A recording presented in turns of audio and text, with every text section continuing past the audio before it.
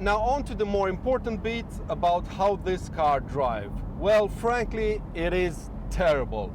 The engine sounds horrible, it doesn't handle very well, and it's not a very agile car. Hello and welcome to one of the best sports cars ever made, and arguably the best one Porsche has ever produced. This is the Spyder RS. It features the wonderful GT3 naturally aspirated 9000 RPM engine. Right behind me, an ultra-fast 7-speed PDK double clutch transmission and a soundtrack to die for.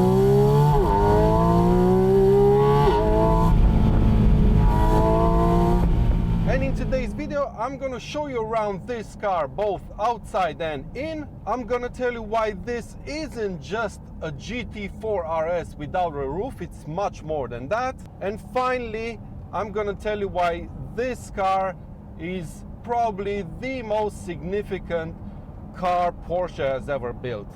Now, exterior-wise, the Spyder RS is finished in this gray vanadium metallic Porsche special color, and it's filled with yellow accents all around, which I think makes the color stand out even more.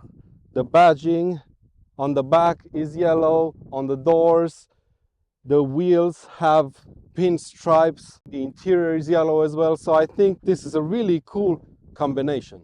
Now, even though this car on paper seems very similar to the GT4 RS, Porsche's engineers spared quite a lot of time fine-tuning this car for the road. And even though it shares the suspension, the steering, the engine, the transmission and so on with the GT4 RS, this car is quite different. First off, the things you can't see is the fact that the front splitter of this car is less aggressive and shorter than on the GT4 RS, and as you can see at the back, that huge rear wing is gone and it's replaced with a bigger ducktail than usual and a small gurney flap on top of it. Also, the guiding vanes underneath the car are also gone, and Porsche did this to try and reduce the downforce of this car to make it more compliant for the road. They've also tuned the damping, the springs and so on, and every single small detail like that one makes this car more roadworthy than the GT4 RS. Now, before moving on to the inside, I must point out that this car features the Weissach package.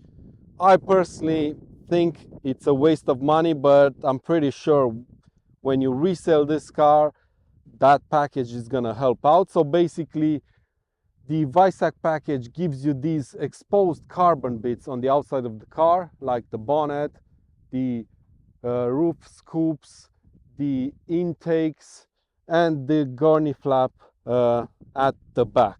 Also part of the Weissach package are these two titanium exhausts at the back. So yeah, it's a pretty good looking car overall, wouldn't you say?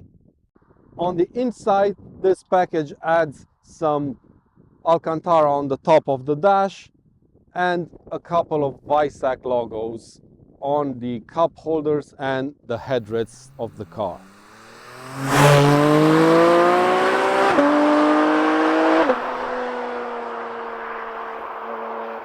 Now, if you know your Porsche history, you know just how significant the Boxster is in Porsche's lineup.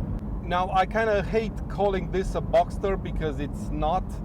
I look at this car as a totally different shape. Yeah, it is a convertible 718 Porsche, but if you look at the back side of this car, and the whole roof has been redesigned, the entire back of the car, the whole clamp that hides the roof and everything, so this ain't a Boxster, it's a Spyder. But anyway, let's get back to the point.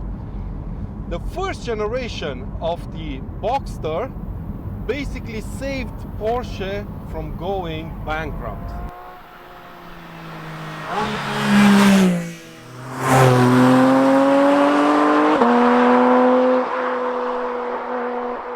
So the fact that this Spyder is the last ever two-seater convertible Porsche to be built with an internal combustion engine is quite significant in my book. And I'm not sure if Porsche meant it, but I look at this car as sort of a tribute to the original Boxster that in a way kind of gave us all of these amazing cars for the past 20 years.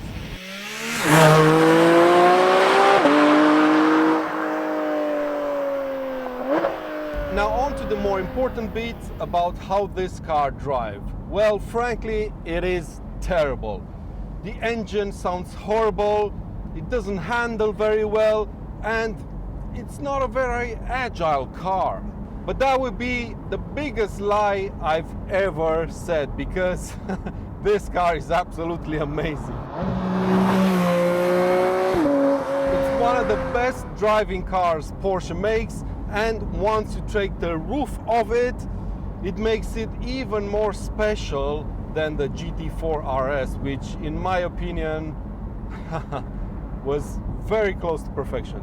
It's so freaking fast, power delivery is instant, the noises this engine makes throughout its rev range are sublime.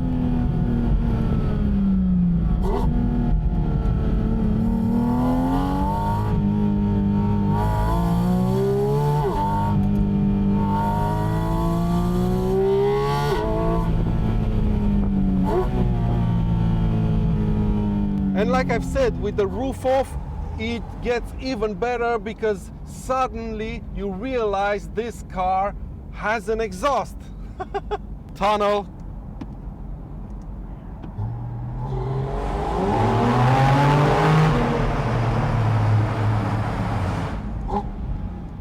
With the GT4 RS, the intake noise of the engine was basically intoxicating, and you couldn't really hear anything else, any other noise that the car makes. But with this, when you take the roof off and you go through some forest roads at full chat, you get the best of both worlds. Amazing intake noise from right behind my head over here, combined with the exhaust noise echoing from the trees nearby.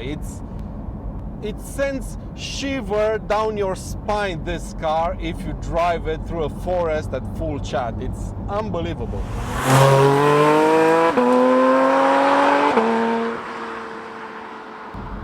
Other than that, yeah, you can feel that Porsche has tuned this car to be better for the road than the GT4 RS. It's a bit more compliant, the ride is not as harsh, and overall it's more comfortable than the GT4 RS to use it on a daily basis, for example.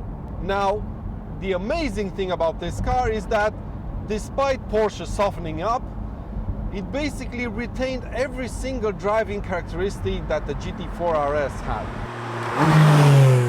The steering is superb, there's nearly no understeer even in the wet.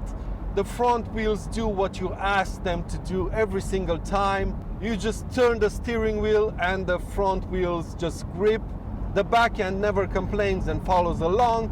The car feels light on its feet, it feels agile, it feels communicative. This car is just sublime.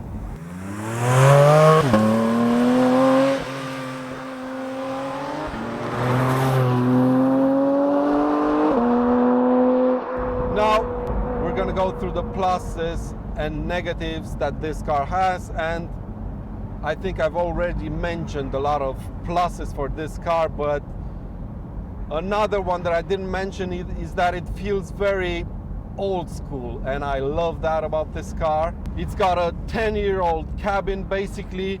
There's a slot for your key to turn it and start the car up.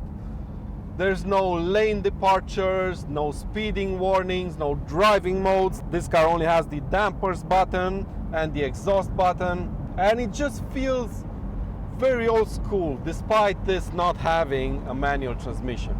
And it's quite practical because it retains the front boot and the rear boot. Granted, it's smaller than in the regular Spyder because of this amazing engine, but it's still there. Now moving on to the negatives. Pricing is the only negative I can find about this car, and not how much this car costs, because I think it's definitely worth the asking price, but it's the way Porsche is selling these cars and allowing people to make money off of them. Because I don't know if you know it or not, but this car and the GT4 RS are invitation only cars, so basically you can't just go into a dealer and spec one and buy it even though you have the money to do so. No, Porsche has to invite you to buy this car, and I think that's kind of silly, because that kind of made the prices on the second-hand market go up quite significantly with about 20 to 30%. So yeah, I've been lucky enough to drive plenty of Porsche cars over the years, manuals, PDKs, 9,000 RPM engine-equipped cars, and pretty much the entire 718 lineup. But I have to say that this one tops them all by a mile.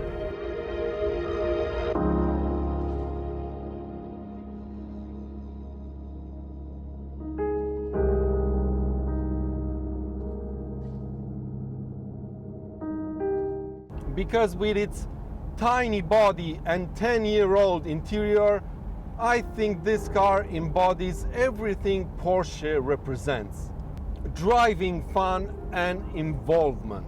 And I'm saying that despite the Spyder RS missing out on that amazing Porsche 6-speed manual transmission.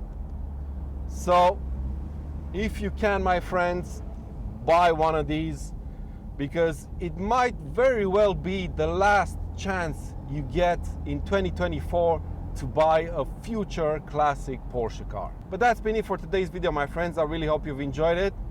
Please give it a thumbs up if you have, and make sure to subscribe for plenty more videos to come.